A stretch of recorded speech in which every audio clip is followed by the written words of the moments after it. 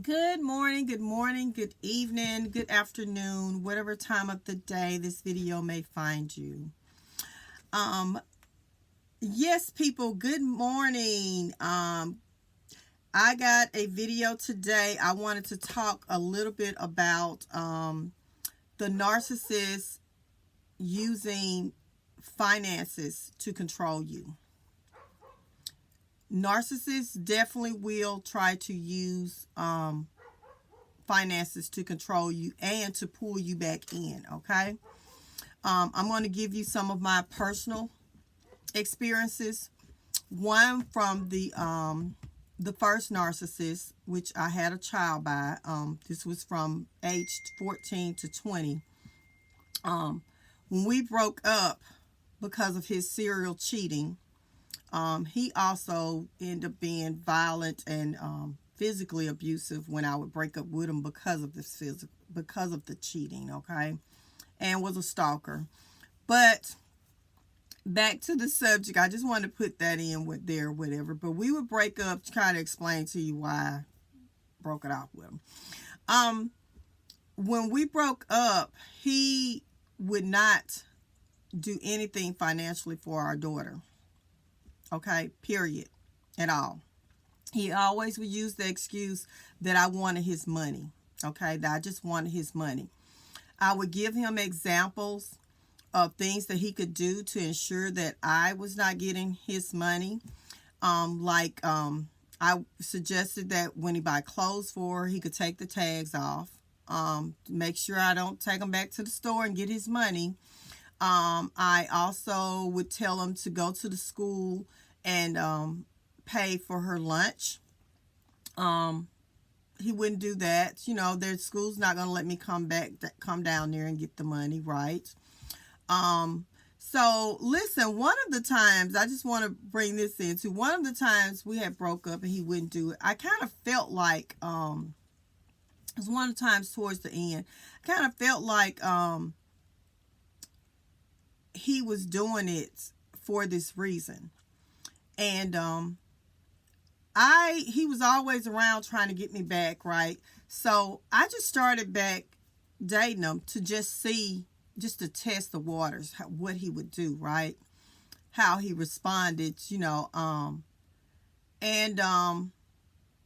it was like on a Wednesday. And when he got paid that Friday, we went shopping. Not the next Friday, that Friday. He was always broke now before then, and I knew how much money he had and how much he had for spending and all that, because actually when we were together, I had to actually manage his money for him, because he was so horrible with money. He would get paid on Friday and would be broke on Monday, and he would smoke cigarettes. He would be bumming cigarettes off people, and I was embarrassed by that. So anyways, I end up taking control of his money, giving him money for him to go hang out with his cousin that he used to cheat with, and bought him a carton of cigarettes to last through the week, and would distribute money out, stuff we had to get for our daughter, blah, blah, blah, right? So I knew his finances, right? So anyways, excuse me, I'm sorry. I went ahead and, I'm sorry, I got a little bit of a cold. Anyways, so yeah, he definitely was like, you're going to have to be with me in order for me to do anything for our daughter. I saw that when, and I don't sell myself. Okay. I'm not a street woman. So I was very offended by that. And that let me knew this guy, he ain't the one, because he was trying to get me to have other children by him. I actually was pregnant by him another time and lost the baby. It was ectopic pregnancy. So anyways, I'm glad I wised up, because he definitely was trying to get me to have more. Okay.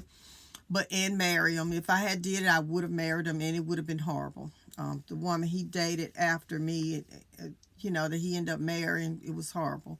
But anyways, yeah, so they definitely will use money. Okay. Number two, he's using money right now. Literally, what happened was, after he's been treating me like horribly, hollering and screaming at me and talking to me crazy, saying derogatory things to me, just, you know, abandoning, you know, being emotionally abandoning me, a lot of time missing, you know, but hours in the day. You know, it's a long story, but anyways, I got tired of all of it. The emotional abuse had got to the point where it was affecting my health and everything. So I shut it down December, at the end of December 2022. And he was walking around, didn't care, whatever, you know, long as, because he, you know, he was used to just doing him anyways, you know, except trying to, when he wanted to try to come and, you know, do that. And of course, I wasn't doing it anymore. So anyways, at the end though, when my oldest daughter moved out, I moved all his clothes out of the room that I was in. Okay. Cause he was basically just using it for a closet anyway, coming in there, changing clothes and stuff, you know, and I'm like, ugh, you know, anyways, he ended up taking money, stopped money from being deposited into the account.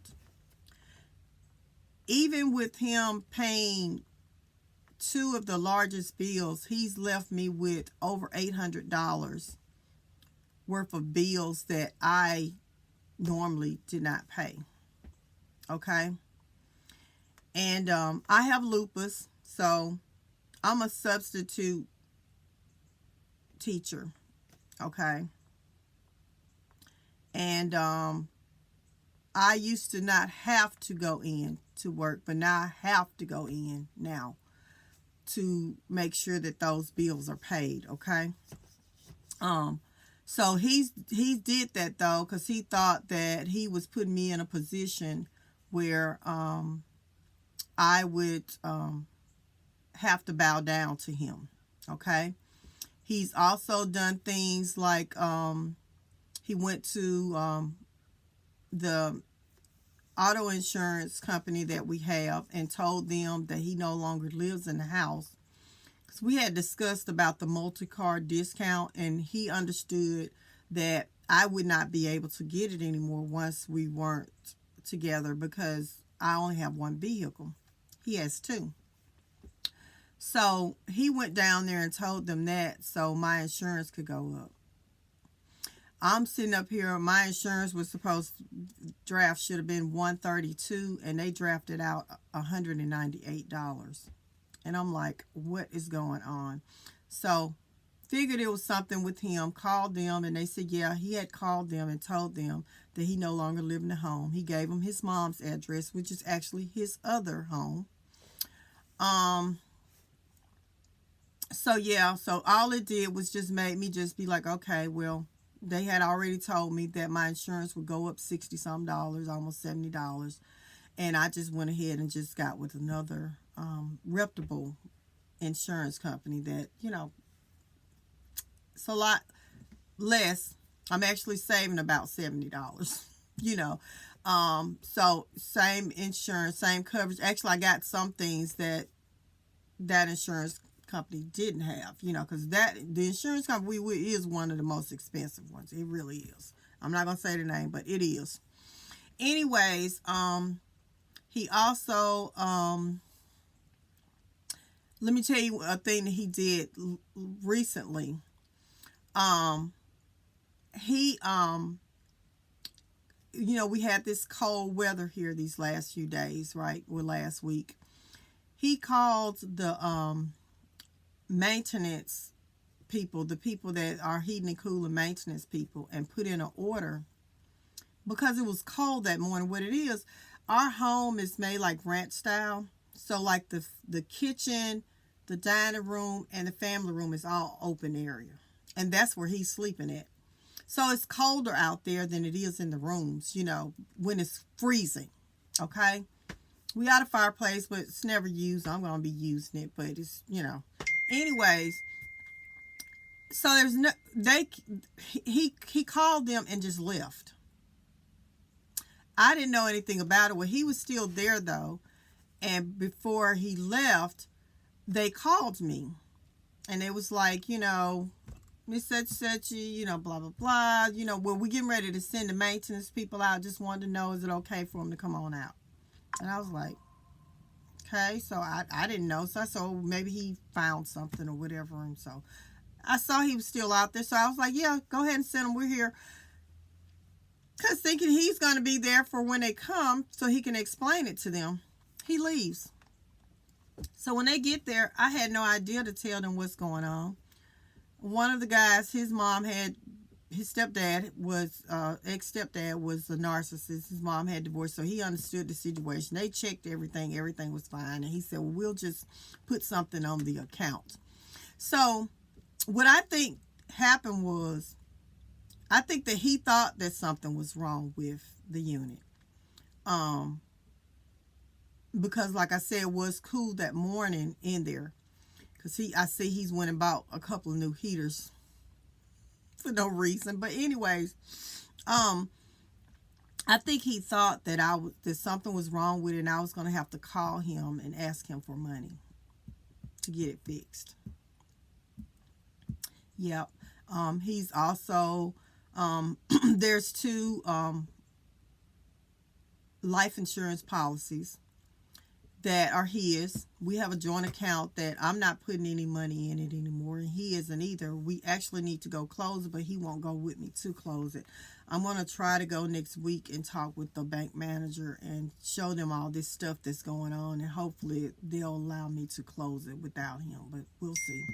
I have been down there and they told me that I couldn't, so maybe, if they, under these circumstances, they might. Because what he's doing is, every month, those 2 policies, one is taken out around the 11th, the other one's like around the 20th. He's letting those policies go through for them to, the account to go in overdraft.